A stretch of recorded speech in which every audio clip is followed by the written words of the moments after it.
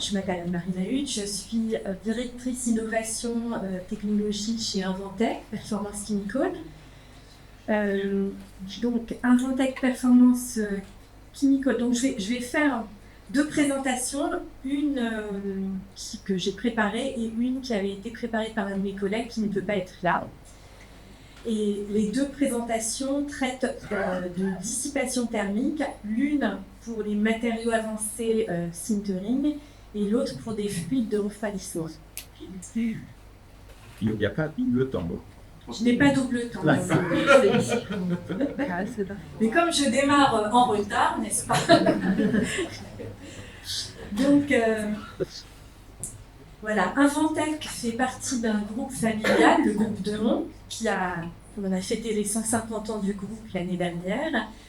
Il a été d'abord spécialisé dans le remplissage et la distribution de fluides frigorigènes et s'est diversifié pendant plusieurs décennies sur différents domaines, notamment à cause des réglementations auxquelles on était soumis au niveau des produits chimiques. Donc on a plusieurs sociétés, Climalife pour la réfrigération, XNB pour les solutions de liquide dans l'automobile, des produits chimiques à haut risque avec Soderec, l'acquisition d'une société qui est spécialisée dans les poudres métalliques puces. Et donc, je fais partie d'Inventec. Et Inventec, ce sont quatre gammes de produits. Donc les produits soldering, brasage, fluitage, les produits de nettoyage, cleaning, coating, cooling, donc revêtement conforme au coating ultra fin et refroidissement. Donc la première présentation va traiter du fluitage et la deuxième du refroidissement.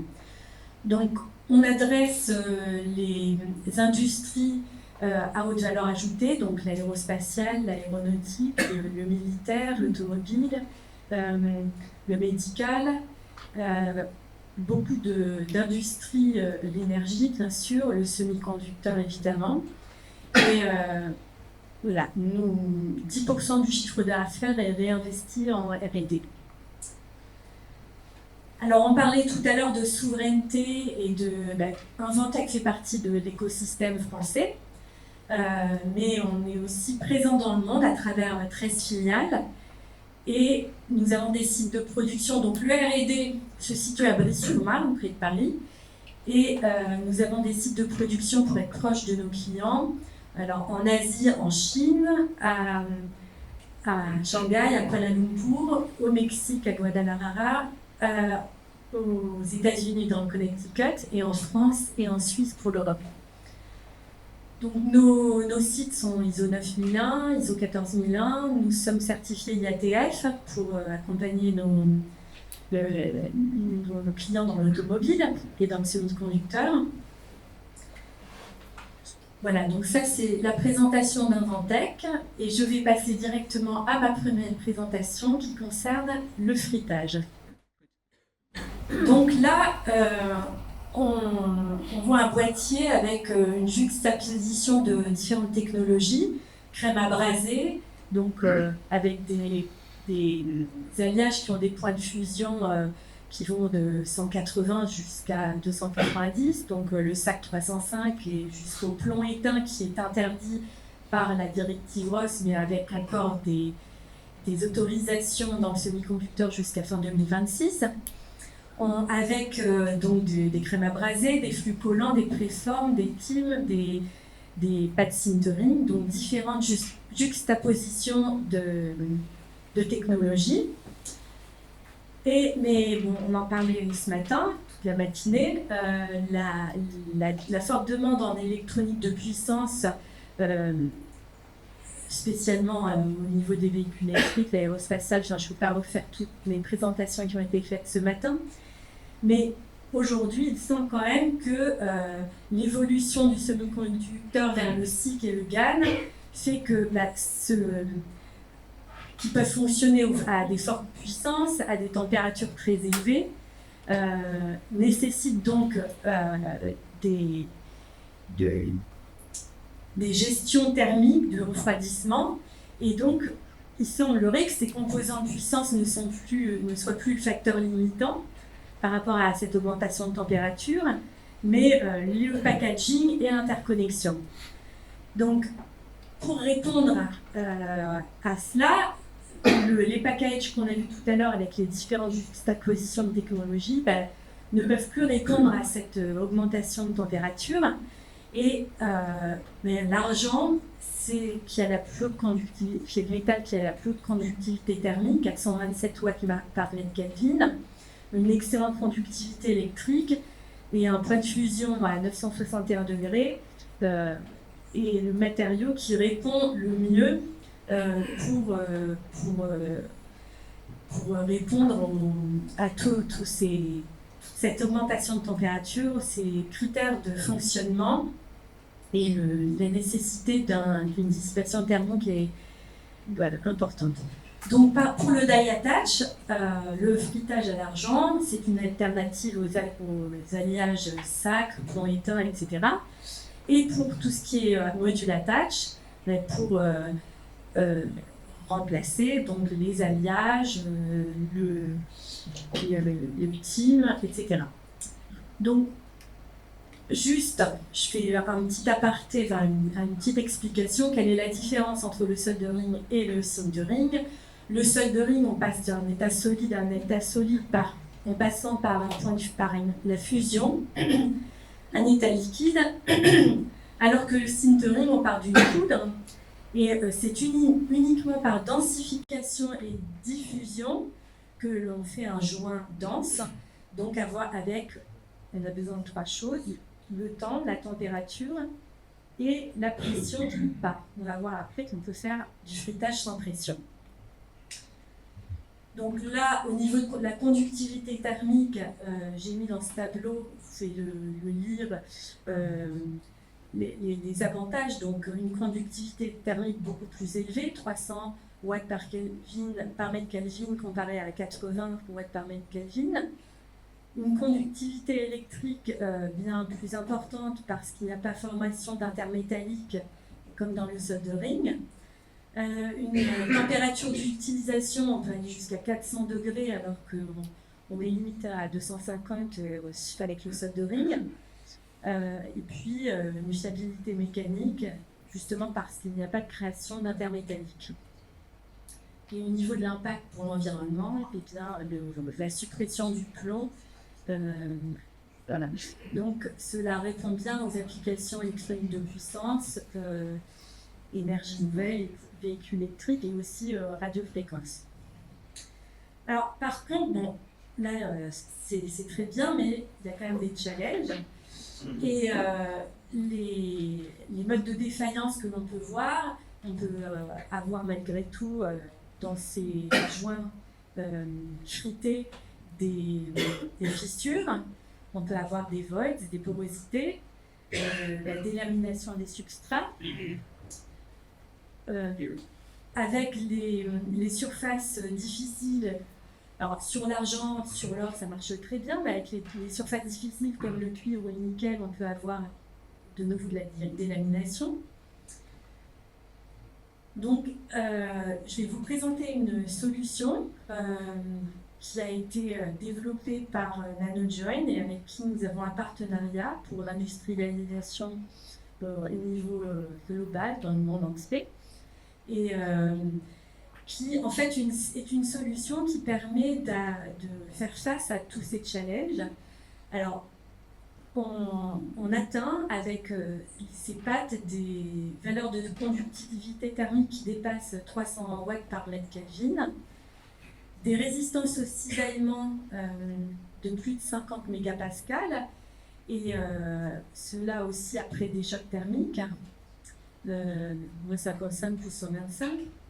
Et une chose très très importante, tout à l'heure vous parliez de faire venir du Japon des produits congelés. Et bien, en fait, ce produit est un produit qui peut être stocké à température ambiante pendant 6 mois. Donc, température ambiante, donc facilité d'utilisation sur les lignes de production. Donc, on peut l'utiliser pendant 10 heures sans problème. même 3 jours après, le produit est toujours bon. Donc c'est trois avantages très importants de cette technologie avancée des produits que nous proposons. La raison pour laquelle nous avons ces performances, c'est parce que nous travaillons avec des pâtes qui sont à base de microparticules et non pas de nanoparticules. Donc l'intérêt de ne pas avoir de nanoparticules, c'est déjà au niveau HSE dans vos entreprises. Les HSE n'aiment pas trop à travailler avec des nanoparticules. Le fait que ce ne soit pas des nanoparticules, on n'a pas besoin de les coter, de les protéger avec des organiques, des produits organiques. Ce qui veut dire que le produit il y aura moins de résidus à la fin. Et lors de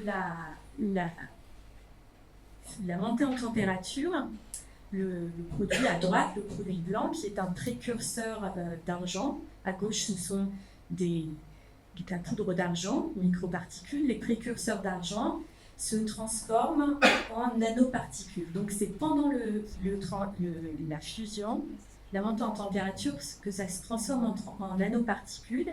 Et comme on n'a pas d'organique, on a vraiment une activité beaucoup plus importante et donc une diffusion très importante sur les plages d'accueil. Ces nanoparticules vont permettre de combler les voids qui se trouvent entre les microparticules d'argent.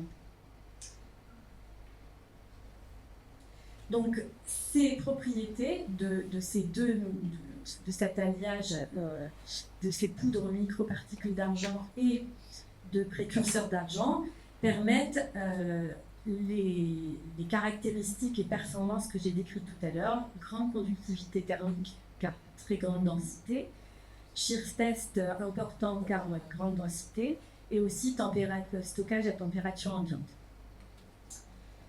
Alors là, je vais rapidement, on parle le même langage, c'est une définition qui a été proposée par la DLKE en Allemagne.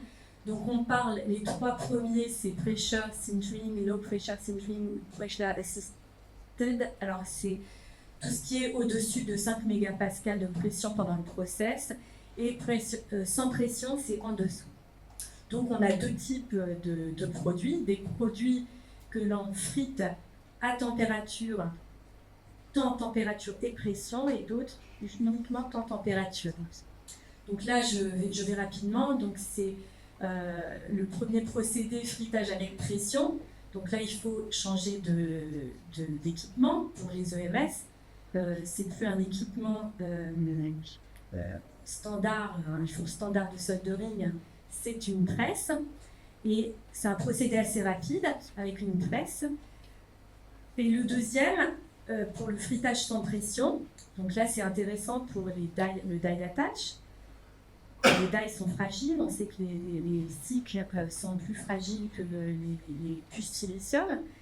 Et donc là on a intérêt aussi pour l'optoélectronique à avoir un fritage sans pression. Là on peut utiliser les fours de fusion classiques. En revanche, le process est un peu plus long. C'est pas une demi-heure, c'est plutôt 3 heures. Mais en fait, ça répond à certains besoins de l'industrie. Donc là, je présente en fait l'avantage. J'ai parlé des couches d'argent très denses, avec mon explication tout à l'heure des microparticules et des nanoparticules qui comblent les trous. Et donc, on voit là, sur une coupe, on voit la coupe, on voit que l'homogénéité tout au long du joint, sur les deux extrêmes, on se situe entre 89,5 et 94% d'argent, donc une bonne densité sur toute la longueur. Et là, c'est le résumé des résultats. Donc, sur la colonne de droite, c'est les conductivités thermiques que l'on obtient, résistance électrique 3, cisaillement supérieur à 50 et un stockage à température ambiante, contrairement à tout ce qui se trouve aujourd'hui sur le marché, qui doit être soit réfrigéré, soit congelé. Encore quelques photos. Donc en fait, ici vous voyez donc des pâtes du marché donc, qui présentent des voids. Ici des joints très denses. Voilà, une densification faible, une forte densification. Et donc là, c'est un frittage, des résultats de performance de frittage sans pression sur différents substrats, argent, cuivre et or. Et donc, on a des forces de cisaillement supérieures à 40 newtons par millimètre carré et une conductivité électrique de 40 micros par centimètre et en utilité thermique de 300 watts par mètre Kelvin. Donc ça, ce frittage sans pression, c'est bien pour tout ce qui est puce, pour tout ce qui est optoélectronique, pour les petits composants, maximum 8 par 8. Si on va sur des plus gros composants, des puces plus grandes ou des modules de puissance avec différentes couches, on peut différentes connexions. Donc là, on peut appliquer de la pression, on doit appliquer de la pression. Donc on peut appliquer des faibles pressions, 2 mégapascales, jusqu'à 25 mégapascales. Jusqu'à 25 mégapascales. Donc en général, quand on fait des essais, on commence à 12 mégapascales. Et on obtient, là, pour 5 mégapascales, des conductivités thermiques de 350, pour 25 mégapascales, avoisinant les 400. Et je vous laisse lire des conductivités thermiques entre 35 et 45 microsiemens par millimètre. Alors, donc ça convient pour la fixation des puces, l'assemblage des modules, et ça convient pour les finitions cuivre, or, argent, et là, le nickel. Alors, le nickel, c'est toujours plus difficile, donc il faut faire des tests, donc peut-être il faut augmenter la pression, mais on réussit à avoir de bons résultats sur le nickel aussi. Le BLT après frittage, il est de 30 à 50 microns pour le die attach et de 100 microns pour les grandes surfaces. Alors, vous voyez ici, en fait, on verra peut-être mieux sur la suivante, en fait, on peut, et ça c'est un projet qui a été fait par NanoJoin, c'est le frittage tout en un, en une seule étape. C'est-à-dire qu'en fait, on met les DPC sur les semelles, sur le heatsink, et puis les composants, les chips, et on frite tout en une seule étape. Donc, là, j'ai mis les conditions de process, les conditions de fritage, et grâce à cette technologie innovante qui permet de friter à faible pression et à différentes pressions,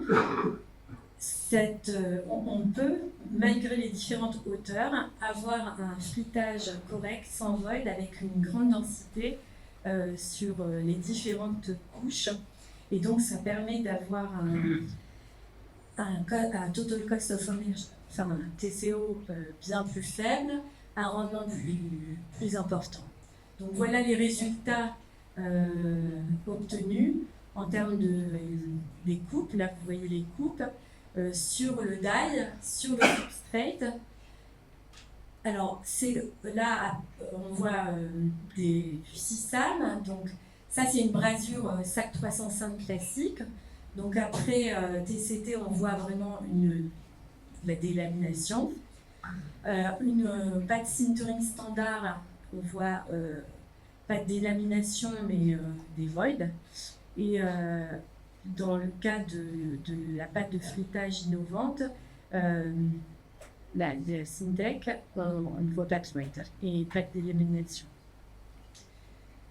Donc, l'avantage de cette technologie all-in-one, c'est avec une pression réduite, on peut friter plusieurs niveaux en même temps. Donc, ça réduit les temps par unité, les coûts de production, on a un meilleur rendement. ça fait moins de stress pour les matériaux et on n'a pas de débordement sur le dessus comme avec les matériaux d'interface et du coup une meilleure dissipation thermique. Voilà, donc ça c'est la fin de la présentation sur le fruitage à l'argent. Là, j'ai juste une slide d'ouverture par rapport au fruitage au cuivre, dont on parle beaucoup aussi. C'est pas encore tout à fait mature, parce que le cuivre, finalement, il a une température de fusion un peu plus élevée que l'argent. Et voilà, il s'oxyde beaucoup. Donc aujourd'hui, on n'a pas de solution industrielle en 2025. On travaille dessus. Voilà, il me reste 10 minutes pour passer à la présentation suivante. Donc la présentation suivante, c'est donc je vais prendre mes petites notes vu que c'était pas moi qui devais la faire, mais voilà.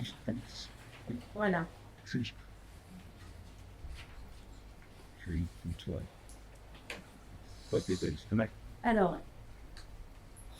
donc je vais parler du refroidissement. Donc, on a plusieurs fluides de refroidissement. Les refroidissements par immersion, donc des data centers, crypto mining, superconducteurs.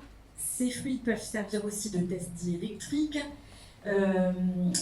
Sont utilisés aussi dans les batteries, les stations de recharge ou les chillers au niveau des fabrications de semi-conducteurs. Et là, je vais me concentrer sur les data centers. Donc, on a parlé des data centers ce matin. Il existe plusieurs façons de refroidir les data centers, soit par air, soit par fluide, soit par fluide simple phase, comme sur le schéma ici. Alors en général, ce sont des huiles pétrolières, des coupes pétrolières qui sont utilisées. Alors on verra après, l'inconvénient c'est que c'est moins efficace et que c'est inflammable. Et nous on propose plutôt des procédés par immersion double phase, c'est-à-dire avec une phase liquide et une phase vapeur. C'est-à-dire qu'en fait notre fluide, on a aussi des systèmes de nettoyage comme ça. Donc on a cette vapeur qui va être recondensée et c'est en circuit fermé et donc on a le refroidissement en circuit fermé en double phase. C'est un système de refroidissement qui existe depuis longtemps en fait. Ça existe au niveau des ferroviaires, dans les trains, il y a beaucoup de parties du train qui sont déjà refroidies de cette façon. Donc il existe aujourd'hui des fluides de 3M, le FC72 qui est utilisé, mais vous savez que 3M a arrêté sa production de fluides de refroidissement. Et donc Inventec, nous travaillons pour répondre aux besoins des clients et pour répondre aussi aux directives environnementales. Donc peut-être que je vais parler tout de suite de la directive environnementale, la F-Gaz, vous en avez entendu parler. Donc on voit que cette réglementation s'applique aux produits HFC, HFO, HCFO, etc., au PFC. Et pour le fluor inerte FC72, on a une possible fin de ce produit parce que son GWP est de 1400, donc supérieur à ce qui est autorisé par la réglementation qui est maximum 750. GWP, c'est le Global Warming Potential. Donc si je reviens donc au comparatif des différents procédés, là vous voyez l'efficacité d'un refroidissement standard par air. On arrive à une efficacité de maximum 95 degrés. Alors qu'on peut, avec une immersion dans l'huile, on peut atteindre des températures plus basses, de 83 degrés, mais comme je le disais tout à l'heure, avec le risque d'inflammation de ces huiles.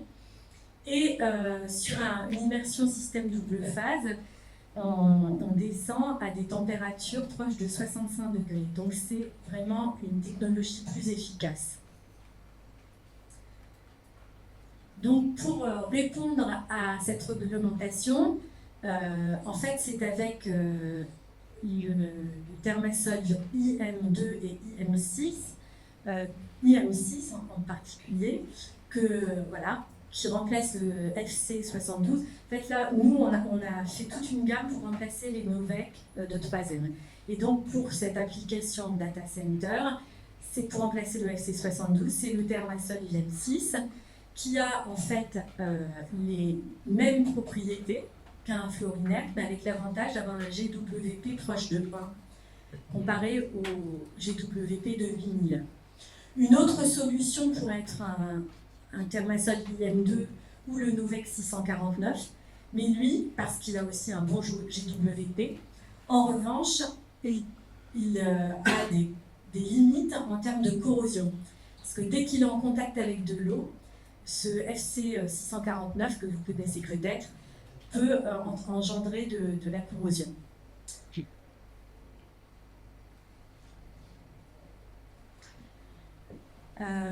Donc, notre nouveau fluide, le fluide IM6 que nous proposons, nous avons fait des tests de compatibilité selon l'ISO 175 et il présente une excellente compatibilité avec tous les matériaux qui sont demandés au niveau de cette norme. Voilà, donc en